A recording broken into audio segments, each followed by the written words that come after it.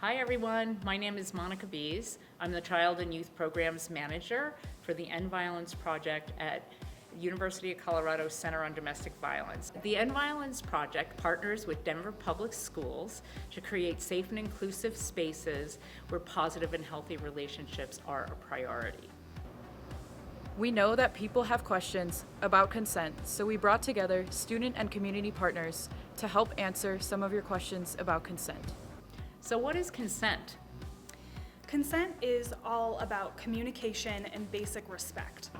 I think consent means that both people who are in the situation or experiencing something feel respected and feel heard and don't feel pressured to be doing something that they don't feel comfortable with.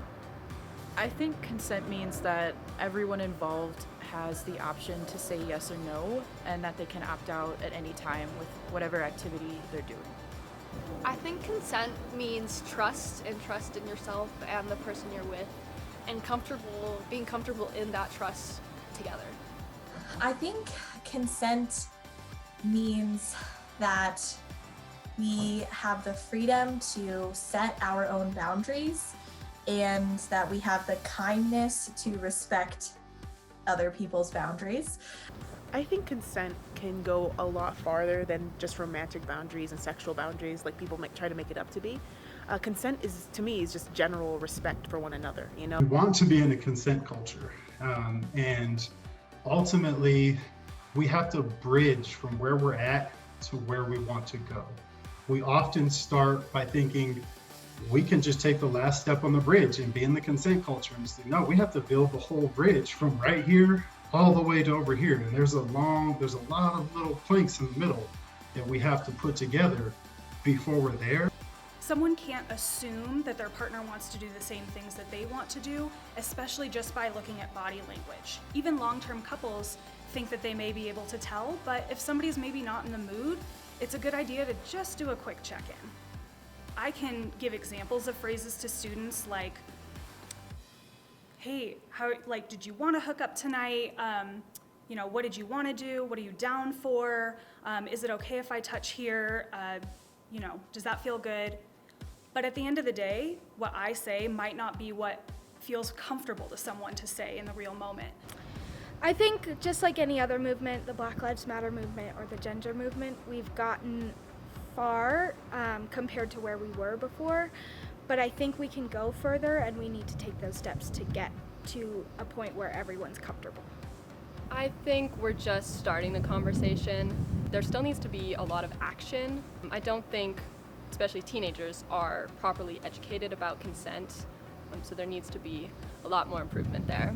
I think we need to give schools a program that they can follow, because just one curriculum that is implemented nationally, and then we can improve it from there. We live in such a coercive, supremacist society that we're taught just be obedient to that person because they're older. Be obedient to that person because of the power they have within the role, as opposed to be obedient to your own autonomy, your own authority. And when things aren't feeling right, use your voice, use your resources. But the reality is we're not in that space, so much so when things aren't feeling right, we don't trust ourselves. We trust that person that we've been taught is the authority. So there's so much work that needs to, be done to transform the way we approach sexual health education. And then when we get to high school, it needs to be ongoing, because now we're with a population where sexual activity is heightened. Not for everybody, but for some folks. And abstinence only isn't working for everybody. So making sure that this is ongoing in high school, making sure this is ongoing. We have a high rate of sexual assault on college campuses. We need this comprehensive education to be baked into our education system from preschool all the way through college in ways that prioritize social emotional health and sexual education, just like breathing. We have math and reading, and we have physical education all throughout. We need social emotional all throughout. We need sexual development and consent development all throughout.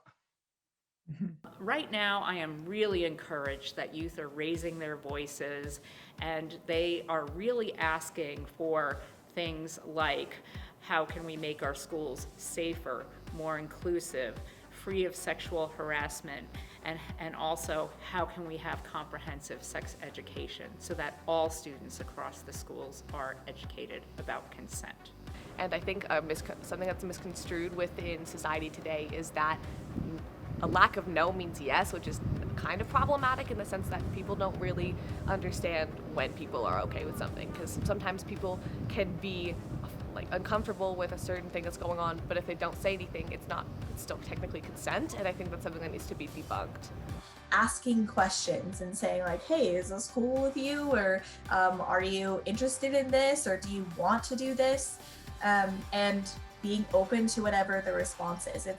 It's being willing to engage in that conversation, and it doesn't have to be super explicit around like, hey, are we, having sex or not?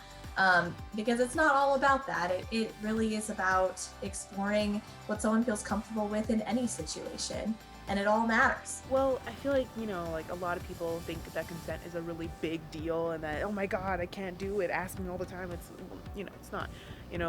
Whenever you feel unsure or uncertain about a certain thing, you can always be like, hey, is that okay if I ask this? Or if it's okay if I say this? Is it okay if I tell this person this? Or like, are you cool with that? Or even in general, when you first meet somebody, like, where are your boundaries with this certain topic? Or where are your boundaries with this certain thing?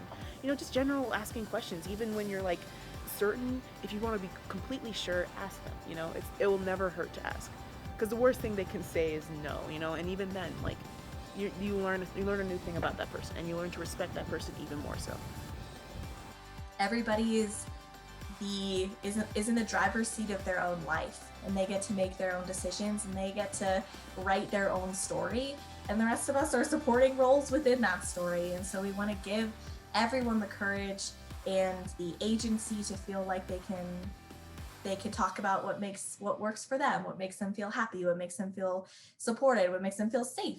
Programs like this are a great start, like End Violence Project, where we bring those conversations in a safe place where people understand that they won't be judged, but we're there to listen, to understand them, and to help them feel supported.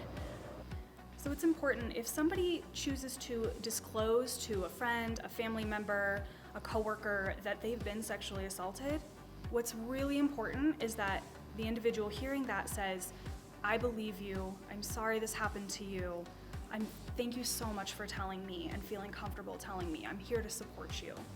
We really need to listen to youth voice, and that is another pillar that's missing in our society. Youth are still in a subconscious way to be seen and not heard.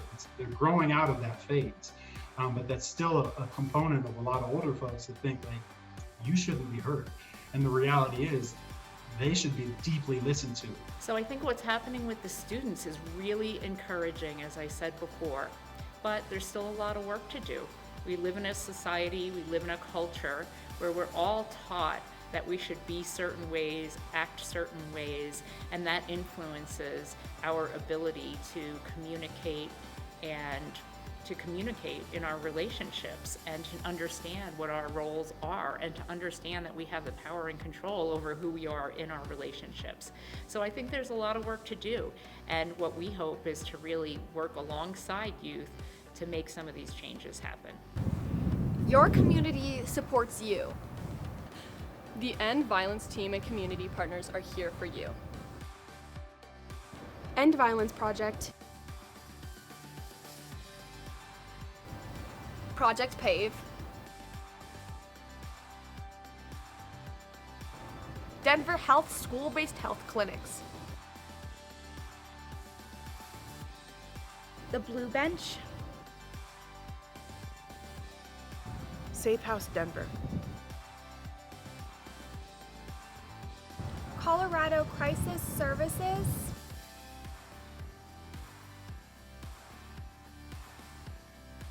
Love is respect. The Trevor Project.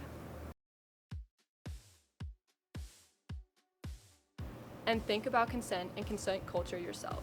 What are you going to do with this information? How can you support consent culture? Consent is essential. Consent is is essential. essential.